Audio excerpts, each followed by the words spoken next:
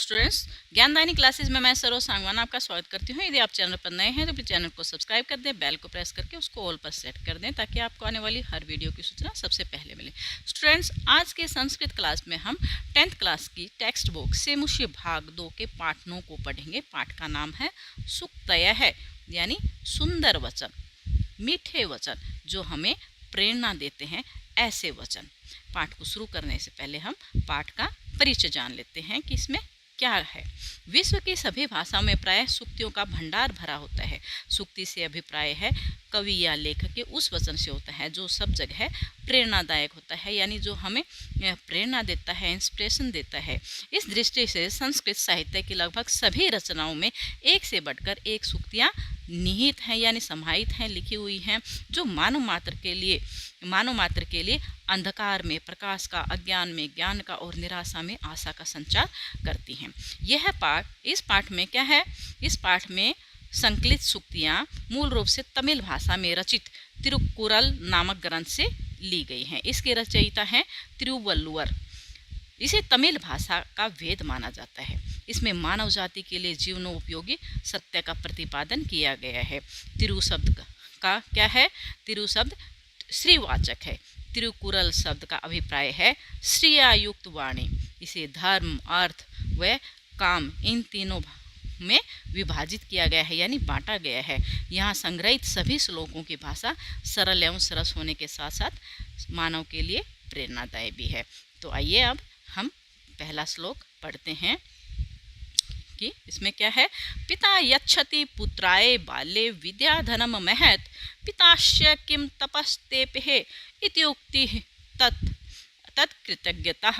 पिता यच्छति यानी पिता यच्छति देता है, पुत्राय पुत्र के लिए, बाल्ये बचपन में, विद्याधनम विद्या रूपी धन, महत् अत्यधिक यानी बहुत बड़ा, विस्तृत, पिताश्च इस पिता का, किम क्या, तपस्तेपे क्या तपस्या की है, इति उक्ति यह उक्ति ही, तत्कृतज्ञता उसके लिए कृतज्ञता है, यानी आभार है। ये इसका अन्वय है। हम फिर से करते हैं। पिता पुत्राय बाल्ये महत् विद्याधनम यच्छति। पिता पुत्र के लिए बाल्ये बचपन में, महत् अत्यधिक यानी बहुत ज़्यादा, बहुत बड़ा, विद्याधनम यच्छति विद्या को धन माना गया है, सबसे बड़ा धन माना गया है, इसलिए इसको धन बोला गया है कि बहुत बड़ा जो धन है, यच्छति देता है, अस्य इस पिता ने, तप तेपे किम तप तेपे इस पिता ने क्या तपस्या की है, यानी ये जो प्रशंसा है, यानी उसके लिए ये जो उक्ति है, यही उसके लिए क्या है, इति उक्ति तत्कृतज्ञता। ये है, ये जो सिर्फ यही शब्द कि इस पिता ने क्या तपस्या की है, क्या मतलब उसने कष्टों को झेला है, यह उक्ति ही उसके लिए कृतज्ञता है, उसके लिए आभार व्यक्त करने का एक जरिया है। यानी पिता हमारे लिए अत्यधिक मेहनत करते हैं, हमें कष्टों को उठाकर पढ़ाते लिखाते हैं, विद्यारूपी महान धन को प्रदान करते हैं। उस पिता के लिए हम कहें कि हमारे पिता ने या इस पिता ने कितनी तपस्या की है अपने बच्चे को पढ़ाने के लिए, बस इतना ही यदि वो लोग कहें या वो बच्चा, उस बच्चे के मन में ये उक्ति आए तो यही उसके लिए कृतज्ञता है। ये इस श्लोक से संबंधित शब्दार्थ हैं। एक बार से हम सरल शब्दों में इसका सरलार्थ देख देते हैं। पिता पुत्र के लिए बाल्यावस्था में अत्यधिक विद्या रूपी धन देता है। इस पिता ने कौन सी तपस्या की है, वह कथन ही इसकी कृतज्ञता है। इसका भाव क्या है कि प्रत्येक पिता अपने पुत्र की शिक्षा के लिए अत्यधिक प्रयास करता है। सीमित साधनों के होते हुए भी उसकी कोशिश होती है कि मैं अपने पुत्र को अच्छी से अच्छी शिक्षा प्रदान करूं। उसके लिए उसे अनेक प्रकार के कष्ट भी उठाने पड़ते हैं। वस्तुतः पिता अपने पुत्र की शिक्षा के लिए मानो तपस्या करता है। मेरे पिता की तपस्या का ही फल है कि आज मैं आत्मनिर्भर हूँ, अपने पैरों पर खड़ा हूँ, मैं किसी लायक बन गया हूँ। इस प्रकार का कथन या सोच रखना ही पुत्र का अपने पिता के प्रति आभार प्रकट करना होता है। ये इस श्लोक में हमें शिक्षा दी गई है कि हमें अपने पिता के द्वारा किए गए कष्टों को उनके प्रति हमें आभार भी प्रकट करना चाहिए। अवक्रता यथा चिते तथा वाची भवेत यदि तदेव आहु महात्मनः समत्व इति तथ्यते। अवक्रता यानी सरलता, वक्रता क्या होता है? टेढ़ापन। अवक्रता यानी सरलता, यथा जैसी, चिते चित्त में यानी मन में, तथा वैसी वाची वाणी में, भवेत हो जाए यदि ऐसा। तदेव आहु, आहु तदेव उसी को ही आहु कहते हैं। महात्मन है महात्मा लोग, समत्व यानी समानता, इति तथ्यते यानी तथ्यते यानी वास्तव में। अब हम इसका अन्वय देख लेते हैं।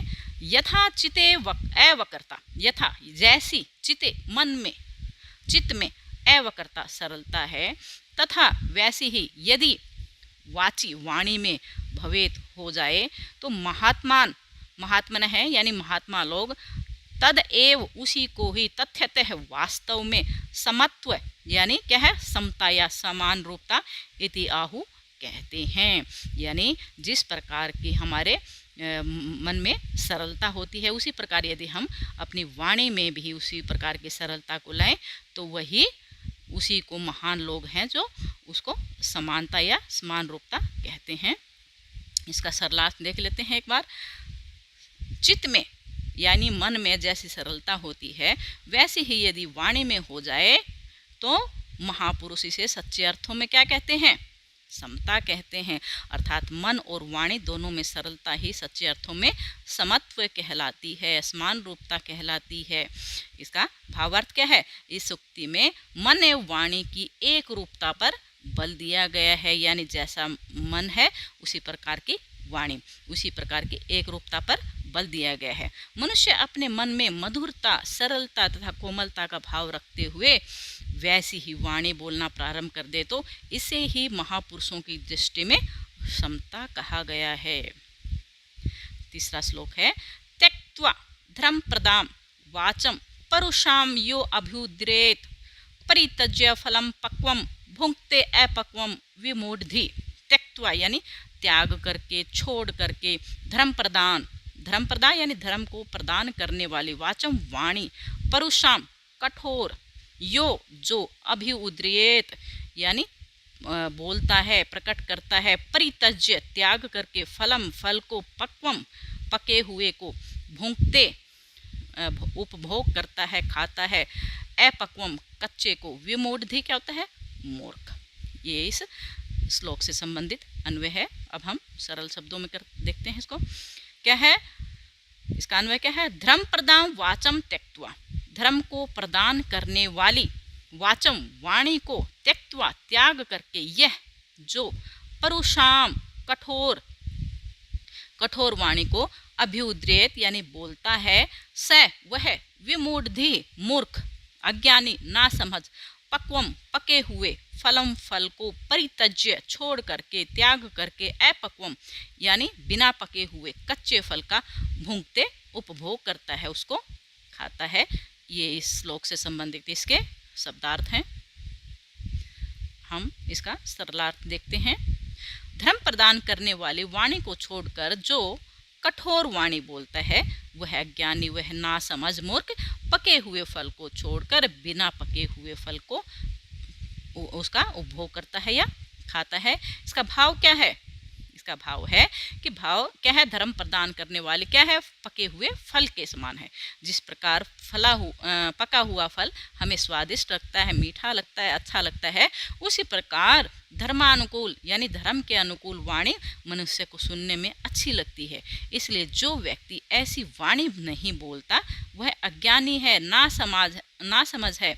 अज्ञानी हमेशा कठोर वाणी का ही प्रयोग करता है, यानी जिसमें ज्ञान नहीं होता वह ऊंची आवाज़ में या कठोर शब्दों का प्रयोग करके ही अपने आप को महान बनाने की कोशिश करता है। तो उन शब्दों से उसकी क्या? उसकी अज्ञानता प्रकट होती है। जो महान पुरुष होते हैं वो कभी भी कठोर वाणी का प्रयोग नहीं करते हैं। आगे है, विद्वांस एव लोके अस्मिन् चक्षुष्मन्तः प्रकीर्तितः अन्येषां वदने ये तु ते चक्षुर्नाम्नि मते। विद्वांसः एव विद्वान ही, लोके अस्मिन् लोके संसार में, अस्मिन् इस, चक्षुष्मन्तः आँखों वाले, आँखों से युक्त, प्रकीर्तिता क्या है, स्वीकार किए गए हैं। अन्येषां वदने, अन्यों के मतलब दूसरों के, वदने मुख पर, ये जो, तू तो, ते वे तो, चक्षुर नामनी क्या है, नाम की आंखें, मते मानी गई हैं। अब इसका अन्वय क्या है, अस्मिन लोके, इस लोक में, विद्वान ही क्या है, अस्मिन लोके, इस लोक में, विद्वान ही, चक्षुष मंत है, आँखों से, नेत्रों से युक्त, प्रकृतितः क्या है, स्वीकार किए गए हैं, माने गए हैं। इस लोक में जो विद्वान हैं वही आँखों से युक्त माने गए हैं। अन्य शाम वदने, अन्य लोगों के, वदने मुख पर, ये जो चक्षु आँखें हैं, ते वे तो, तू तो, नामनी मत है, सिर्फ नाम की मानी गई हैं। यानी क्या है, आँखों का काम क्या है, संसार को दिखाना होता है, लेकिन जो महान विद्वान लोग होते हैं उन्हें आँखों की ज़रूरत नहीं होती, वे शास्त्र ज्ञाता होते हैं और वो उसी से ही इस संसार को देखते हैं। तो ये इस श्लोक से संबंधित इसके शब्दार्थ हैं। अब हम इसका सरलार्थ देख लेते हैं। इस संसार में विद्वान ही नेत्रों से युक्त क्या है, पुरुषों के रूप में स्वीकार किए गए हैं। अन्य पुरुषों के मुख पर जो आंखें हैं वे तो केवल नाम की आंखें मानी गई हैं। इसका भाव क्या है, भाव यह है कि आंखों का काम क्या है, सांसारिक पदार्थों को दिखाना है। विद्वान अपने शास्त्र ज्ञान से अच्छे बुरे की परख कर लेता है, इसलिए कहा गया है कि मुख पर जो आंखें हैं वे तो नाम की हैं, वास्तविक आंखें तो शास्त्र ज्ञान ही हैं, जो हर विषम, हर विपरीत परिस्थिति में हमारा मार्गदर्शन करती हैं। आगे है, यत् प्रोक्तम येन केनापि तस्य तत्वार्थ निर्णय कर्तुम शक्यो भवेद येन स विवेक है इतीरतः। क्या है, यत् प्रोक्तम, येन केन, यत् जो कहा है, प्रोक्तम कहा गया है, येन जिस, केनापि किसी भी, तस्य उसका, तत्व अर्थ निर्णय, उस तत्व के अर्थ का निर्णय, कर्तुम शक्यो जो कर सकता, कर्तुम करने में, शक्यो मतलब समर्थ है, भवेद एन स वो क्या है, स विवेक है, वह विवेक है, इति इरित है, ऐसा कहा गया है। क्या है, ये इसका अन्वय है, येन के नापी यानी जिस किसी के द्वारा भी, यत् प्रोक्तम ये जो कहा गया है, तस्य उसका, तत्वार्थ निर्णय यानी जिस किसी ने भी कुछ कहा है और उसके सही अर्थ का जो निर्णय करने में समर्थ है, वह क्या है, विवेक है, ऐसा कहा गया है। यानी हमें अच्छे बुरे का, यानी जिस किसी ने भी कहा गया है उसका यही सही अर्थ है, ऐसा निर्णय यानी जिसके द्वारा किया जाता है वही हमारा क्या है, विवेक है, हमारी समझ है, ऐसा इसमें कहा गया है। विवेक किसको कहा गया है, जो हमें, जो कोई भी कुछ भी कहता है और उसका हम सही अर्थ निकाल पाते हैं, वही हमारा विवेक है, हमारी समझ है। क्या है, यत् प्रोक्तम क्या है, जो भी, यत् जो भी किसी के द्वारा कहा जाता है, उस तत्व के अर्थ का निर्णय जिसके द्वारा किया जाता है वही विवेक कहा गया है। विवेक है इतीरत है, वही विवेक कहा गया है। इसके शब्दार्थ हैं। अब हम इसका सरला देखते हैं। क्या है इसमें, जिस किसी के द्वारा जो कुछ भी कहा गया है यही उसका वास्तविक अर्थ है, यानी किसी ने कुछ कहा और यही इसका वास्तविक अर्थ है, ये हमने हमारी समझ से हमें पता चल गया, तो वही क्या है, उस वास्तविक अर्थ का निर्णय जिसके द्वारा कहा गया है वही क्या है, विवेक कहा गया है। अर्थात जिससे वक्ता की बातों का वास्तविक अर्थ यानी उचित अनुचित का ज्ञान होता है वही विवेक है। क्या है इसका भाव, विवेक शब्द का अर्थ है ज्ञान, समझ, निर्धारण, यानी उसका क्या है, उसका ऊंच नीच यानी उसका अच्छा बुरा जो भी अर्थ है उसका हम निर्धारण कर लेते हैं। किसी विषय पर व्यक्ति द्वारा सोच समझकर जो कुछ बोला जाता है वही उसका वास्तविक निर्णय है। व्यक्ति जो निर्णय लेता है वह अपने विवेक के बल पर लेता है, यानी अपनी समझ के बल पर, अपने ज्ञान के बल पर लेता है। वास्तव में युक्ति संगत और समय अनुकूल ज्ञान कराने की शक्ति का नाम ही विवेक है। आगे है, वाक्पटु धैर्यवान, वाक्पटु धैर्यवान मंत्री सभायाम अप्य अकात्रः स केनापि प्रकारेण परेर न परिभूयते। वाक्पटु यानी वाणी में, वाक क्या था, वाणी, पटु क्या, चतुरता, धैर्यवान, धैर्यवान मंत्री सभायाम सभा में, अपि भी एकात्र है, निर्भीक रहता है, स केनापि वह किसी भी प्रकार से, प्रकारेण परैर दूसरों के द्वारा, न परिभूयते तिरस्कृत नहीं किए जाते हैं। ये इससे संबंधित इसका अन्वय है श्लोक का, इसको देख लेते हैं। यह मंत्री वाक्पटु धैर्यवान सभायाम अपि एकात्र स केनापि प्रकारेण परेर न परिभूयते, यानी जो मंत्री वाणी में, बोलने में क्या है, चतुर है और धैर्यवान है, सब यानी सभा में, कोई भी सभा है उसमें क्या है, जो मंत्री सभायाम अपि सभा में, वाक्पटु वाणी में यानी उसके चतुरता है और धैर्यवान है, वह किसी भी प्रकार से दूसरों के द्वारा क्या है, तिरस्कृत नहीं किया जाता है। यानी सभा में जो वाणी में चतुरता रखता है, धैर्य रखता है, और वो फिर किसी के द्वारा भी नीचा नहीं दिखाया जा सकता, उसका किसी कोई भी उसका तिरस्कार नहीं कर सकता। ये इससे संबंधित इसके शब्दार्थ हैं। यानी जो मंत्री बोलने में निपुण है, धैर्य धारण करने वाला है तथा सभा में निर्भीक बना रहता है, निडर बना रहता है, वह दूसरों अथवा शत्रुओं के द्वारा किसी भी प्रकार से अपमानित नहीं होता है, तिरस्कृत नहीं होता है।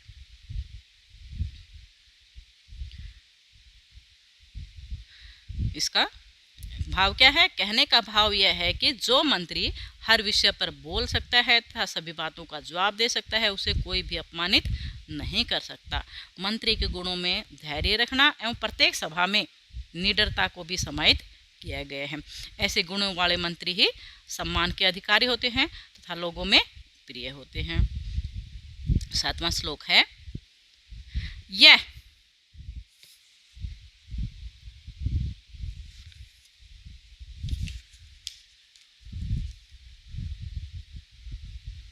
क्या है, यह इच्छेत आत्मन है, श्रेय है, प्रभुतानि सुखानि च न कुर्याद हितम करम स प्रेभ्य कदापि च। क्या है, यह जो इच्छेत है आत्मन है, जो अपना स्वयं का श्रेय भला, प्रभुतानि अत्यधिक, सुखानि सुख, च इच्छेत इच्छा करता है, यानी जो अपने लिए, स्वयं के लिए, आत्मन है यानी स्वयं के लिए जो अत्यधिक, अत्यधिक प्रभुतानि अत्यधिक, श्रेय यानी कल्याण की और सुख की इच्छा करता है, न कुर्याद अहितम, न नहीं, कुर्याद करना चाहिए, अहित, अहित कर्म, कर्म स प्रेभ्य कदापि च, प्रेभ्य यानी दूसरों के साथ कदापि, कभी भी नहीं करना चाहिए। यानी जो अपना भला चाहता है, अपना कल्याण चाहता है और अत्यधिक सुख चाहता है, तो उसे दूसरों के साथ भी बुरा कर्म नहीं करना चाहिए, उनका अहित नहीं करना चाहिए। ये इसका अन्वय है। यह आत्मनः श्रेयः प्रभुतानि सुखानि च इच्छति, यह यानी जो आत्मनः स्वयं का श्रेय, कल्याण, प्रभुतानि अत्यधिक, सुखानि सुखों की, च इच्छति इच्छा करता है, स प्रेभ्य वह, प्रेभ्य यानी दूसरों का, अहित कर्म यानी बुरा अहित कर्म, कदापि कभी भी, न कुर्यात नहीं करे। ये इसके शब्दार्थ हैं। इसका सरलार्थ क्या है, जो अपना कल्याण और अत्यधिक सुखों की इच्छा करता है, वह क्या है, दूसरों के अहित अथवा भलाई से रहित कर्म को कभी न करे। भाव क्या है इसका कि जैसे को तैसा, इस लोकोक्ति को हमने कई बार सुना है। यदि हम अपना कल्याण चाहते हैं और यह भी चाहते हैं कि हम हमेशा सुखी रहें, तो हमें ऐसे कर्म करने चाहिए जो दूसरों के लिए भी हितकर हों। यदि हम अपना लाभ और सोचकर और दूसरों के लिए बुरा कर्म करते हैं, तो उसका फल हमें निश्चित रूप से ही बुरा ही मिलेगा। यानी हम किसी के साथ बुरा करते हैं तो हम अपना भला कभी भी नहीं कर पाएंगे। तो हमें दूसरों के लिए भी भलाई के कार्य करने, दूसरों के लिए भलाई के कार्य करेंगे तभी हमें अच्छा फल मिलेगा, इसमें कोई संशय नहीं है। आगे है आचार्य प्रथमो धर्म है इत्येदः विदुषाम वचः तस्माद् रक्षेत सदाचारम प्राणिभ्य अपि विशेषतः। आचार है यानी आचरण, प्रथमो पहला, प्रथम धर्म है धर्म है, इति प्लस एतद, इति यानी यह, एतद यह विदुषाम वचन, ये विदुषाम यानी विद्वानों के वचन है, वचन है, यानी आचार हमारा, आचरण हमारा, व्यवहार हमारा, चरित्र ही हमारा पहला धर्म है, ऐसा विद्वान, ये विद्वानों के वचन हैं। तस्माद इसलिए रक्षेत रक्षा करनी चाहिए, सदाचारम सदाचार की, प्राणिभ्य अपि प्राणों से भी बढ़कर, विशेषतः विशेष रूप से, ये इसका अन्वय है। आचार्य प्रथम धर्म है इति, आचार प्रथम धर्म है, सबसे पहला धर्म है। एतद विदुषाम वच है, एतद यह विदुषाम विद्वानों के वच है, वचन है। तस्माद इसलिए प्राणिभ्य प्राणों से भी बढ़कर, विशेषतः विशेष रूप से, सदाचारम रक्षेत सदाचार के आचरण की रक्षा करनी चाहिए। ये इसके शब्दार्थ हैं, ये इसका शब्दार्थ देख लेते हैं एक बार। आचरण सबसे पहला धर्म है, ऐसा विद्वानों का कथन है, इसलिए प्राणों से भी बढ़कर विशेष रूप से सदाचार की रक्षा करनी चाहिए। भाव क्या है कि भारतीय संस्कृति में सर्वत्र यानी सभी जगह आचरण की श्रेष्ठता पर सर्वाधिक बल दिया गया है। मनुष्य का सबसे बड़ा धर्म उसका आचरण है। यदि मनुष्य ने अपना चरित्र खो दिया तो मानो उसका सब कुछ चला गया, तथा यदि उसने अपने चरित्र की रक्षा कर ली तो मान लो उसने सब कुछ क्या प्राप्त कर लिया। इसलिए हमें अपना आचरण ठीक रखना चाहिए, हमें हमारा चरित्र, हमारा व्यवहार ठीक रखना चाहिए, क्योंकि आचरण ही मनुष्य की महानता प्रकट करता है। तो ये थे हमारा पाठ 9 सूक्तें हैं। आशा करती हूँ आपको अच्छे से समझ में आ गया होगा। यदि आपको पाठ अच्छा लगा, आपको अच्छे से समझ में आ गया हो तो प्लीज़ इसको लाइक कर दें, चैनल को सब्सक्राइब कर दें। वीडियो देखने के लिए धन्यवाद।